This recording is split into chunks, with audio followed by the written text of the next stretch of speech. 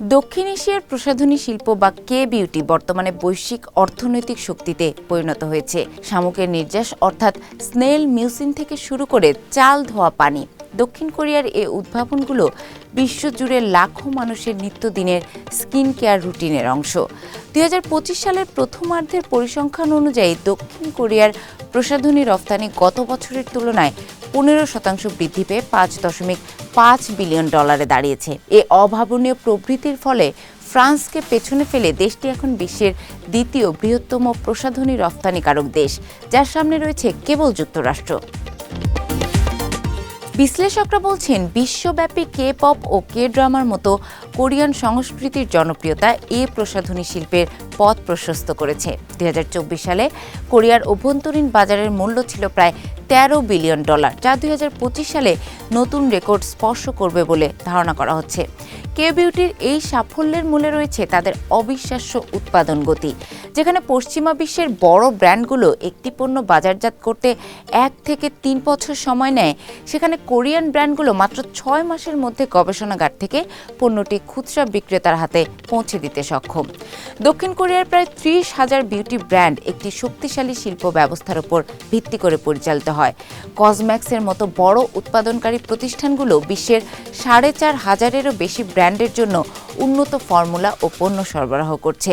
আমোরে প্যাসিফিকের মতো বড় প্রতিষ্ঠানগুলো এখন স্বয়ংক্রিয় কারখানার মাধ্যমে বিপুল পরিমাণ চাহিদা মেটাচ্ছে। দীর্ঘ কয়েক দশক ধরে দক্ষিণ কোরিয়ান প্রসাধনী শিল্পের প্রধান বাজার ছিল চীন। তবে সাম্প্রতিক সময়ে ভূ রাজনৈতিক পরিবর্তন ও চীনের নিজস্ব ব্র্যান্ডগুলোর উত্থানের কারণে কোরিয়ান কোম্পানিগুলো তাদের কৌশল পরিবর্তন করেছে।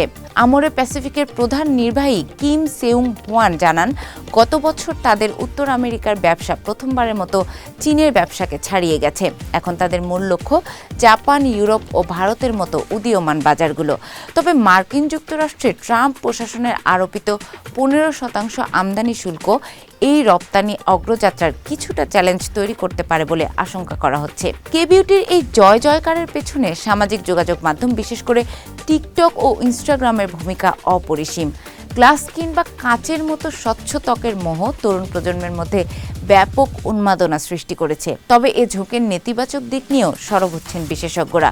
মাত্রাতিরিক্ত স্কিন কেয়ার কন্টেন্ট তরুণদের মধ্যে সৌন্দর্য নিয়ে উদ্বেগ এবং অপ্রয়োজনীয় খরচের প্রবণতা বাড়াচ্ছে বলে মনে করেন সৌন্দর্য বিষয়ক ইনফ্লুয়েন্সার লিয়া ইউ। এ শিল্পের গুরুত্ব অনুধাবন করে 2024 সালের ডিসেম্বরে কে বিউটিকে কৌশলগত জাতীয় সম্পদ হিসেবে ঘোষণা করেছে দক্ষিণ কোরিয়া সরকার। এ স্বীকৃতির ফলে রপ্তানি ও গবেষণার বিশেষ কর সুবিধা ও প্রণোদনা পাবে খাতটি। প্রসাধনী শিল্পটি এখন আর কেবল একটি ভাইরাল ট্রেন্ড নয়, বরং দক্ষিণ কোরিয়ার অর্থনীতির এক শক্তিশালী স্তম্ভ। লরিয়ালের মতো বৈশ্বিক জায়ান্টরা এখন কোরিয়ান কোম্পানি অধিগ্রহণ করছে, যা প্রমাণ করে যে বিশ্ব প্রসাধনী বাজারে ভবিষ্যৎ এখন সিউল থেকে নির্ধারিত হচ্ছে।